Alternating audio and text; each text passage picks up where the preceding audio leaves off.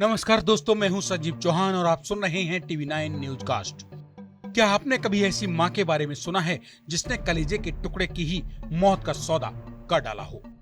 बेटे को कत्ल कराने की कीमत भी बेचारी बेबस गरीब मां ने अपना मंगलसूत्र बेचकर चुकाई हो।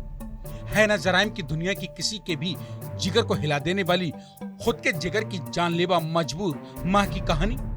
तो फिर देर किस बात की, बस तुरंत जुड़ जाइए मेरे साथ सिर्फ 5 मिनट के लिए अपनी तमाम मशरूफियतों से फारिग होकर। ये किस्सा है अब से करीब 4 साल पहले का, मतलब 21 अगस्त 2017 का। मायानगरी मुंबई यानी जवा होते युवाओं के सपनों के शहर से सटे उपनगर पालघर के वसई इलाके में स्थित जानकी पाड़ा की पहाड़ियों का, जहां 20-22 साल के एक युवक की लावारिश लाश पुलिस को मिलती है। जिस इलाके में लाश मिली वो था थाना वालिब क्षेत्र में। घटना के कई महीने बाद यानी 15 दिसंबर 2017 को मरने वाले की पहचान रामचरण के रूप में हुई। रामचरण आवारा किस्म का गुंडा मवाली टाइप सिरफिरा इंसान था। जमाने का ऐसा कोई ऐप नहीं बाकी था जिससे रामचरण बच पाया हो। इलाके की कोई बहू बेटी रामचरण को पसंद आ जाती तो समझिए वो उसकी हो गई। उसे पाने के लिए भले ही रामचरण को किसी अपने का ही खून क्यों न करना पड़ता। ऐसे कुकर्मी रामचरण से गली मोहल्ले वालों के भिड़ने की बात छोड़िए, माँ, पिता, भाई बहन ने भी हाथ जोड़ लिए थे। इकलौती यही वजह रही कि रामचरण के गायब होने की खबर उसके अपनों ने भी पुलिस को कई महीने तक देना गवारा नहीं समझा। किसी घर परिवार का नौजवान लड़का महीनों गायब रहे, घर वाले उसकी तलाश ना करें या फिर किसी थाने चौकी में शिकायत तक न दें, यही वो सवाल थे जिन्होंने पालघर पुलिस को रामचरण के परिवार की देहरी पर ले जाकर ठिठका दिया। लिहाजा पुलिस ने अपनों को ही थाने बुला लिया। थाने में रामचरण की मां, पिता, भाई, भाभी का पुलिस से आमना सामना हुआ और वे सब एक साथ बैठे तो थाने में सुलझी हुई पुलिस के उलझे सवालों ने रामचरण के अपनों को उलझा दिया। परिवार वालों के आपस में उलझते ही रामचरण के कत्ल की गुत्थी सुलझ गई।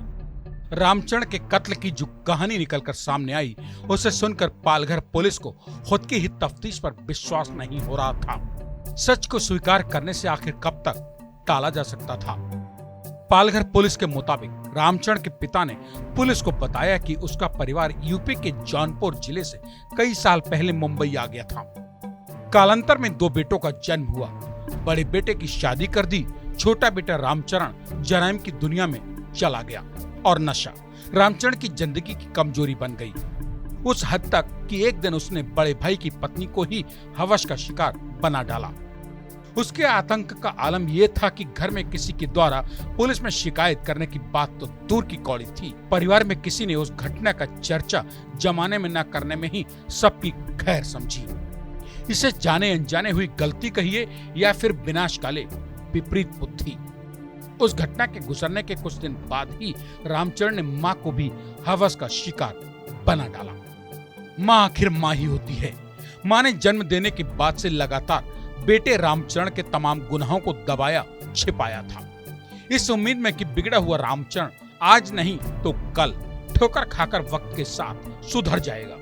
जराइम की दुनिया से अनजान मां को क्या पता था कि जिस बेटे के गुनाहों को वो छिपा रही है वो बेटा ही एक दिन उसकी आबरू तार तार कर डालेगा। मतलब मां का बलात्कार रामचरण की जिंदगी का आखिरी गुनाह भी साबित हुआ। अगर ये कहा जाए तो गलत नहीं। पानी सिर से ऊपर गुजरने लगा था। मां भी आखिर कब तक खैर मनाती। सो एक दिन बेटे की हरकत से हारी बेबस मां के सब्र का बांध अंततः टूट गया। बेबसी की आलम में बेरहम हुई मां ने बलात्कारी बेटे के कत्ल का सौदा कर दिया।